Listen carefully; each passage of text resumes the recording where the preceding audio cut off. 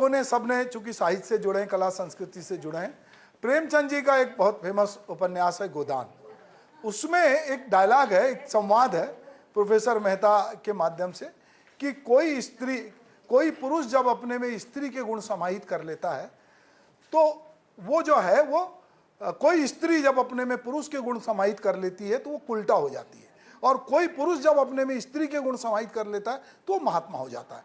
ऐसा पहले 1936 के पहले प्रेमचंद जब ये लिख रहे थे तो ऐसा माना जाता था कि स्त्री के गुण कौन से हैं? दया, ममता, करुणा, ये सारे त्याग, ये सारी चीजें, और पुरुष के गुण समझते थे प्रतिस्पर्धा और दुनिया भर की चीजें। अभी हम देखते हैं कि हम जिस समाज में रह रहे हैं, चलिए हम उसकी बात करते हैं। अभी हम ब्यूरोक्रेसी की बात करें, राजनीति की बात करें, जो व्यवस्था होती है, जो तंत्र होता है, उसमें जब पुरुष और स्त्री जब काम करते हैं तो वो उस तंत्र के हिस्से होते हैं, वो स्त्री पुरुष नहीं होते।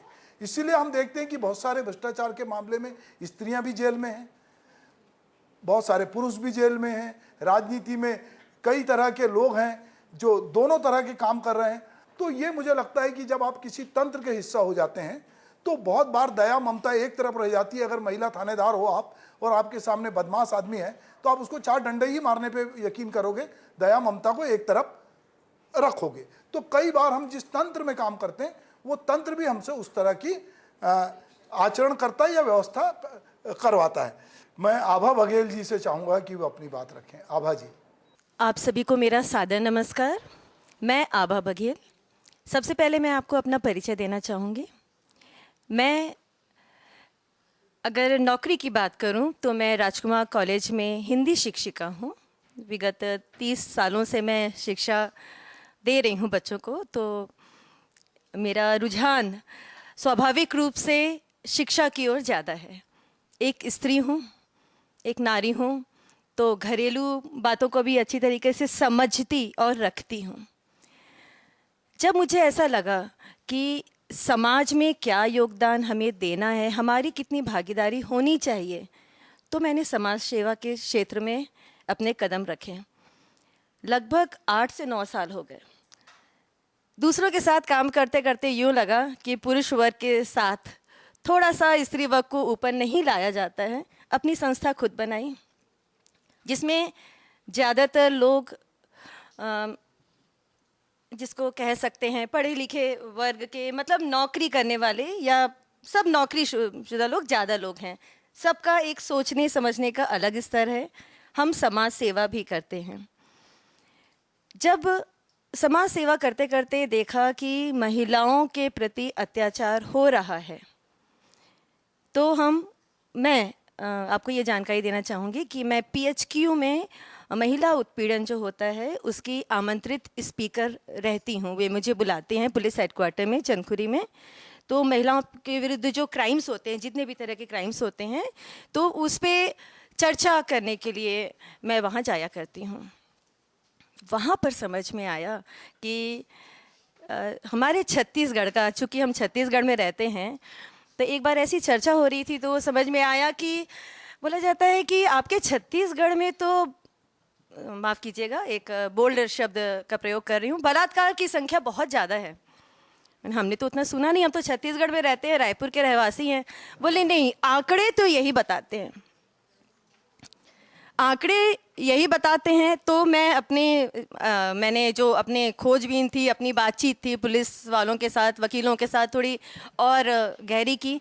तब पता चला कि जैसे हमारी बहनों ने बताया ना कि ये सुदूर आंचलिक बस्तर और इनर जो जंगल वाले एरियाज़ हैं जहाँ पे कह सकते हैं शिक्षा का प्रभाव थोड़ा सा कम है, वहाँ की बात हो रही है कि जब उनके साथ कुछ एक से ज़्यादा विवाह वाली प्रथा, बहुविवाह प्रथा खत्म नहीं हुई है कहीं ना कहीं, कागजी तौर पे नहीं है। तो जब कुछ गलत हो जाता है किसी लड़की के साथ, किसी स्त्री के साथ, तो कंप्लेंट दर्ज होती है इस रूप में, उसने उसके साथ जोर जबरदस्ती की, भले वो 5 साल पहले की बात हो। हमने कहा नहीं, हमारे छत्तीसगढ़ में ऐसा नहीं है। क्योंकि यहाँ रहते हैं हम लोग, सामाजिक लोग हैं, एक दूसरे से मिलते जुलते रहते हैं। ये कुछ ऐसी बातें हैं जो याद आ रही हैं और मैं आप लोग के सामने रख रही हूँ। शकुंतला जी ने अभी कहा कि महिलाओं को थोड़ा सा कम पहचान दी जाती है, मैं इस बात से सहमत हूँ। कम पहचान दी जाती है और उस कम पहचान देने में, माफ़ कीजिएगा यहाँ ज़्यादातर मेरी बहनें हैं, कहीं ना कहीं महिलाओं का भी हाथ रहता है। तो मैं आप लोगों से खुले तौर पे आप लोग से कहती हूँ कि अगर हम लोग, चूँकि मैं समाज सेवी संस्था, मैं वयम फाउंडेशन की अध्यक्ष हूँ, छत्तीसगढ़ साहित्य संस्थान से की सह सचिव भी हूँ। तो अगर आपको कभी कोई ऐसी महिला दिखती है जो खुद को प्रूफ करना चाहती है, जो खुद के बल पे कुछ काम कर रही है, जो दूसरों को आगे लाने के लिए काम कर रही है, सिर्फ महिलाओं को नहीं, बच्चों को, पुरुषों को, बुजुर्गों को, किसी भी क्षेत्र में काम कर रही है और उससे दूसरे लोग प्रेरणा पा सकते हैं, तो क्यों ना हम उसे सामने लाएं, हमें उनका नाम बताइए। मैं उन्हें सम्मानित भी करूंगी, उन्हें एक मंच प्रदान करूंगी। मैं उनको मंच प्रदान करने का काम करती हूं, उन्हें अपने बारे में बताने का समय देती हूं, मौका देती हूं, ताकि उनकी अच्छी बातें दूसरों तक पहुंचें।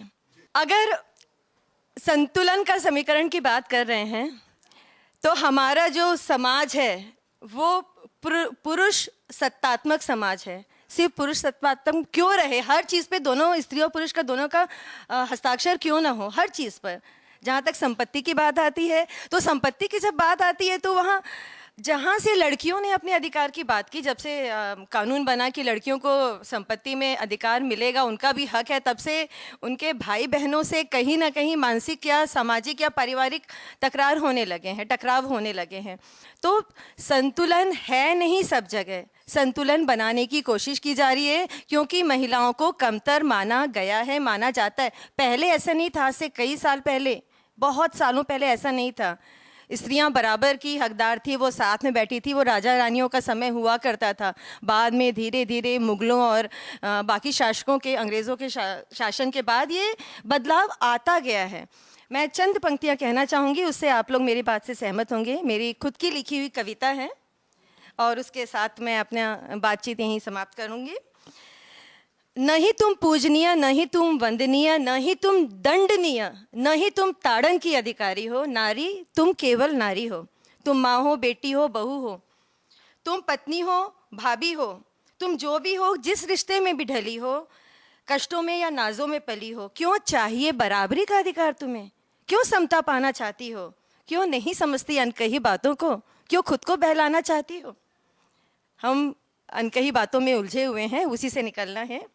क्यों तुलना करती है पुरुष से? क्यों ये बात समझती नहीं तुम ईश्वर की उत्कृष्ट कृति हो, ये मान क्यों नहीं लेती तुम?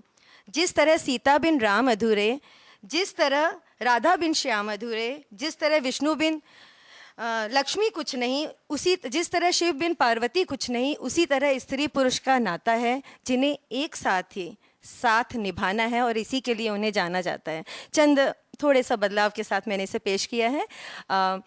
मैंने किसी का सहारा नहीं लिया, मेरे पति ने मुझे आगे बढ़ाया, क्योंकि पुरुष प्रधान समाज है तो हमें पुरुषों की अनुमति के साथ ही आगे बढ़ना पड़ता है। जितना भी कि पति ने आगे बढ़ाया, एक सीढ़ी उन्होंने चढ़ाई, उसके बाद की आगे की सीढ़ियाँ मैं चढ़ती चली गई। और मैं एक रेडियो जॉकी भी हूँ, इंटरनेशनल रेडियो जॉकी रह चुकी हूँ, जिसको मैंने खुद से छोड़ा सॉरी। और मैं मनोवैज्ञानिक काउंसलर भी हूँ, कुछ लिख भी लेती हूँ। और अगर पुरुषों के साथ साथ महिलाओं को भी सामने लाने की कहीं कोई बात होगी तो सहर्ष स्वागत है।